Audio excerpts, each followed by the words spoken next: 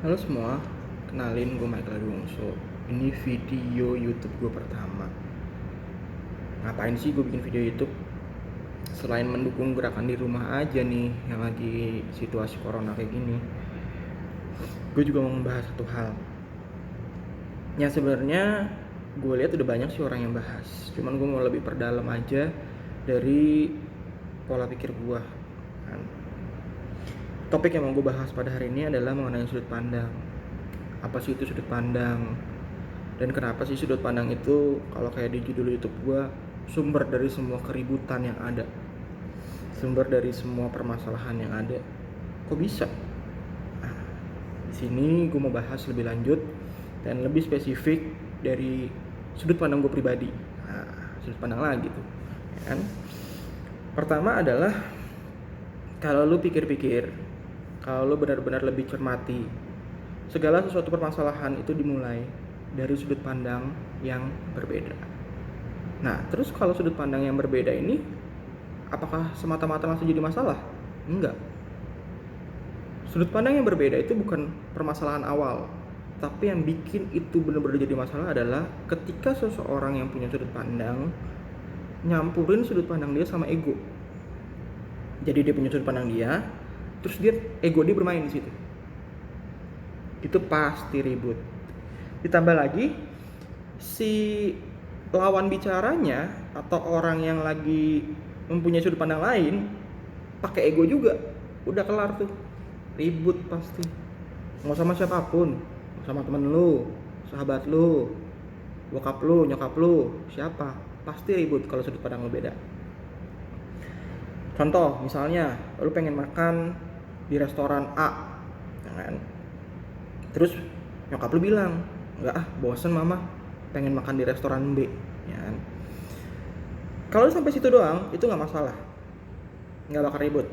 Tapi ketika lu pakai ego, kayak misalnya, apaan sih orang gue lagi pengen makan itu, kan? Terus nyokap lu juga bilang dalam hatinya dia, ini anak apa sih, kan gue orang tuanya, kan gue yang bayar, dan lain sebagainya, ribut ujung-ujungnya. Terus gimana cara kita nyikapinnya? Nah, ini tips dari gue. Lu kalau punya sudut pandang, gak semua orang itu bisa sama sudut pandang lu. Apalagi kalau lu yang udah dewasa. Terutama untuk yang masih remaja juga lu belajar. Semoga lu bisa belajar dari video ini. Di saat lu dewasa kayak gini, tidak ada satupun sudut pandang orang di sekitar lu yang salah. Itu dulu yang mesti lu tahu. Contoh misalnya begini. Gua kasih contoh lagi nih. Yang udah kerja, pernah meeting gak? Pasti pernah ya. Nah, di meeting ini kan pasti ada orang atau koordinator, entah itu manajer lu, supervisor lu, atau mungkin big boss lu langsung, yang mengepalai meeting tersebut. Terus big boss lu ini atau si koordinator ini lagi nanya nih, menurut kalian teman-teman, kita lagi punya trouble di perusahaan kita, bla bla bla bla. Bagaimana sih menurut lu semua untuk solusi daripada penyelesaian ini? Terus si A ngomong begini, si B ngomong begini, si C ngomong begini, si D ngomong begini, dan seterusnya. Begitu banyak orang dalam meeting tersebut, misalnya 10 orang, 20 orang, tergantung kapasitasnya seperti apa. Pertanyaan gua, di dalam meeting itu, apa iya ada orang yang berani ngasih sudut pandang dia untuk menjerumuskan perusahaan? Coba dipikirin. Lu lagi ngasih sudut pandang lu nih sama big boss lu, sama manajer lu, sama supervisor lu, ya kan? Terus sudut pandang lu ini malah lebih menjerumuskan untuk perusahaan. Kelar nggak tuh karir lu kalau misalnya lu kayak begitu? Artinya nggak ada sudut pandang yang salah. Cuman sebagai seorang big boss, supervisor atau manajer kan punya sudut pandang pribadi sendiri. Setelah dia denger saran-saran dari lu semua, dia akan memilih yang terbaik menurut versi dia. Nah, biasanya setahu gue nih, kalau gue nggak salah ya, kalau itu pemimpin bukan pemimpin yang otoriter, dia bakal ambil sudut pandang itu, terus disepakati bersama, atau setelah disepakati bersama, dia bakal bawa lagi ke satu forum yang mungkin lebih ke para pemimpin yang lain yang bersangkutan. Itu setahu gue. Itu contoh satu, sudut pandang itu nggak ada yang salah. Itu dulu yang harus lo tahu. Yang kedua, menurut gua, sudut pandang itu mencerminkan karakter lu. Kok gitu? Kok gitu bang? Kenapa? Kok sudut pandang mencerminkan karakter gua? Kalau sudut pandang gua secara umum gimana? Begini, kenapa gue bilang mencerminkan karakter lo? Karena sudut pandang itu biasanya adalah apa yang pertama kali lu lihat atau apa yang pertama kali lu nilai. Ya kan? Kalau misalnya karakter lu adalah karakter yang orang yang penuh emosional, gue mesti kasih contoh lagi nih biar ngerti kali ya. Contoh misalnya ada pacar, terus ribut nih, pasangan ini ribut, si cewek sama si cowok ribut. Cewek ini biasanya nih, cewek ini curhat ke teman ceweknya, ya kan? Temen ceweknya punya sudut pandang dong. Nah, kalau temen ceweknya ini tipikal karakter yang emosional, dia langsung bilang, wah gila cowok lu, putusin aja cowok kayak gitu, ya kan? Nyusahin, lagian lu gak mungkin begini bla bla bla dan sebagainya. Tapi kalau temen lu punya karakter yang kalem, tenang, dan dia benar-benar menjadi orang yang netral, dia akan bilang, memang sumber permasalahan awalnya gimana sih? Lu yakin gak kalau ini sepenuhnya salah cowok lu? Tangkap ya. Jadi sudut pandang lo itu mencerminkan karakter lo juga gitu. Mungkin nanti gue akan ada satu video lagi setelah video gue yang ini, untuk lebih kayak bagaimana sih lu kenal karakter diri lo, tips-tips dari gue, ya kan. Gue bukan motivator, ya kan, tapi gue lebih cenderung kayak pengen teman-teman ini, yang terutama anak-anak muda, lebih berpikir kritis terhadap sesuatu hal. Jangan lu tiba-tiba dapat satu masalah, lu dapat satu info, apapun itu, lu telan bulat-bulat, nggak lu pikirin. Wah, itu juga salah. Itu nanti gue bahas di video gue yang lain. Oke, kita kembali ke topik ya, sudut pandang. Ada dua nih. Pertama, sudut pandang itu nggak pernah ada yang salah.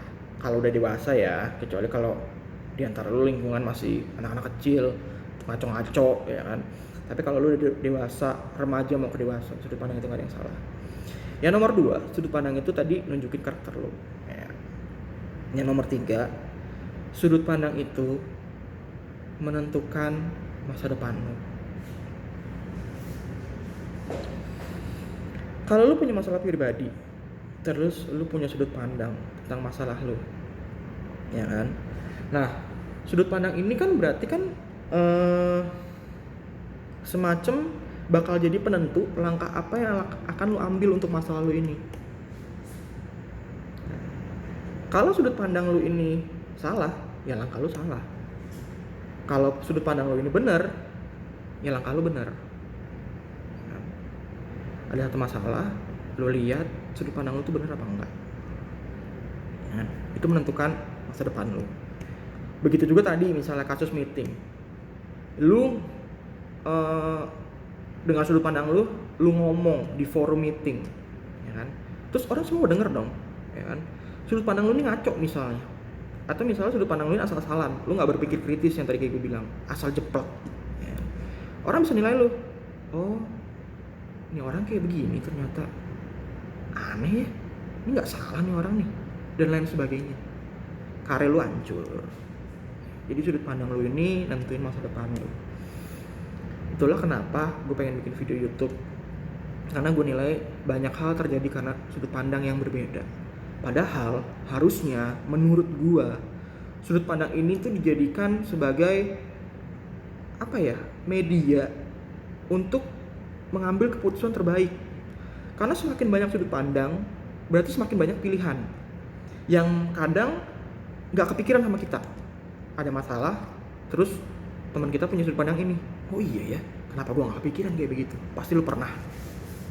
Bener gak?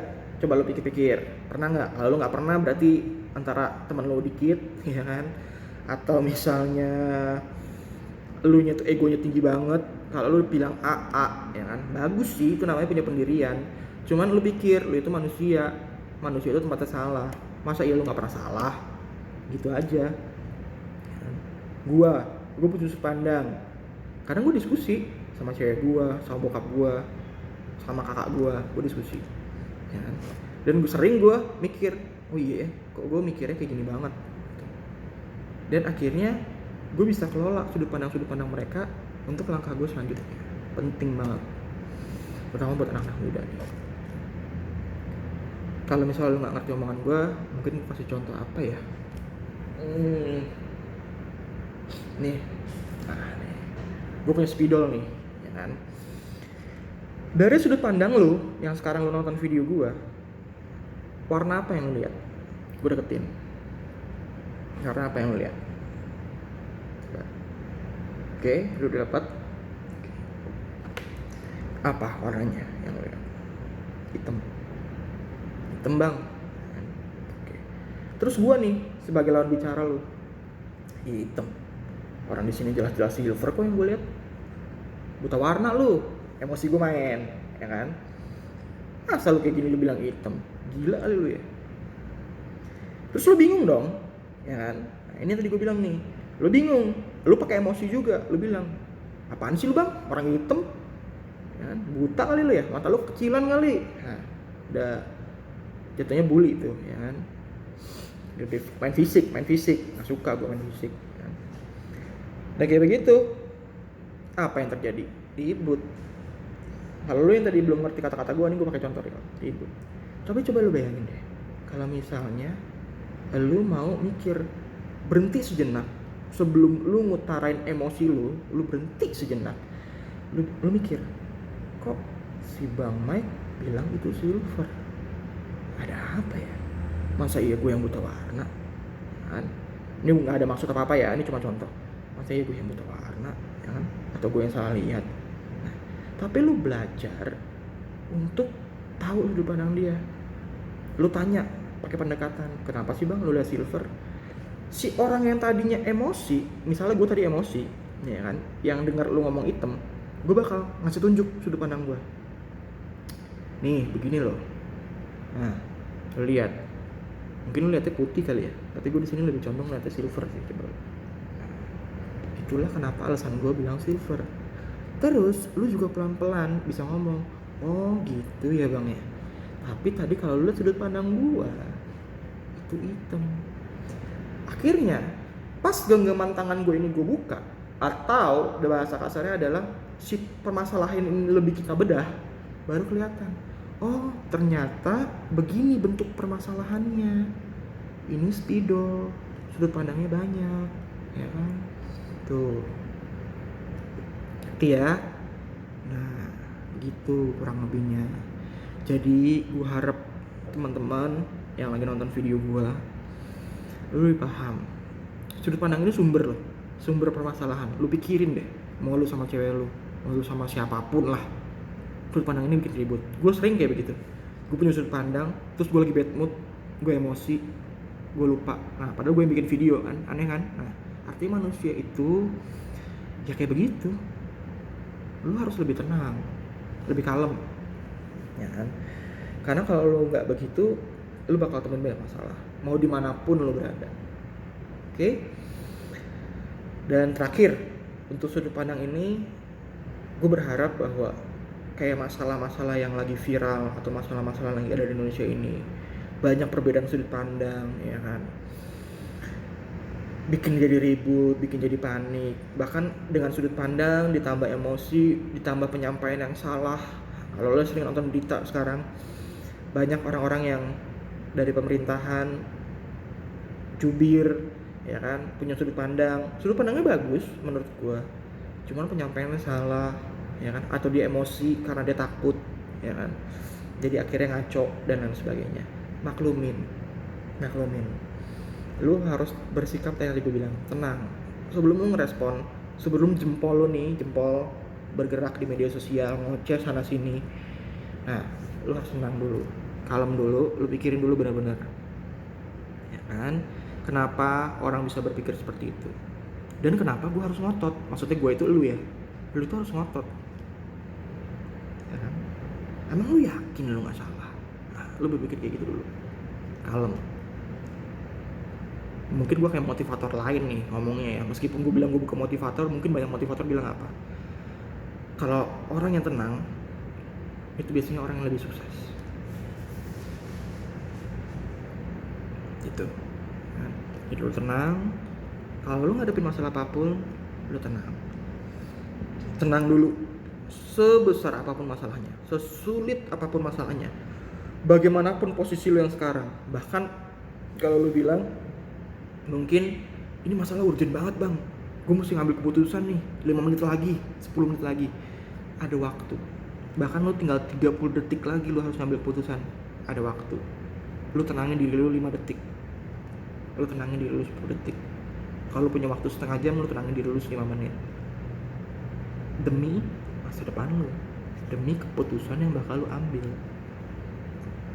Jangan sampai ketika lu ngambil keputusan, anggapan keputusan lu bener nih, tapi karena lu menggebu-gebu, lu nggak tenang, lu nyampein, orang yang denger ilfil sama lu, kesel. Apa sih ini orang nih? Meskipun keputusan lu bener, hati-hati lu. Udah bener aja masih bisa jadi ribut kalau lu nggak tenang. Terus soal sudut pandang, semoga banyak pelajaran dari video gua, ya kan? Semoga video gua ini bisa bermanfaat, ya kan? Bisa bikin lu lebih tenang, terutama untuk teman-teman yang lagi panik sekarang di masa work from home ini. Lagi banyak berita-berita tentang banyak lah pokoknya lah, ya kan? Nanti gue bahas lagi di video gue yang lain lanjutnya. Cuman gue harap lu tenang, jangan panik. Kalau mau ngambil keputusan apapun, lu pikirin dulu baik-baik, daripada keputusan lu salah. Mau oportunis kek, mau apa kek, jangan pikirin baik-baik. Oke, sampai ketemu lagi di video gue berikutnya. Thank you.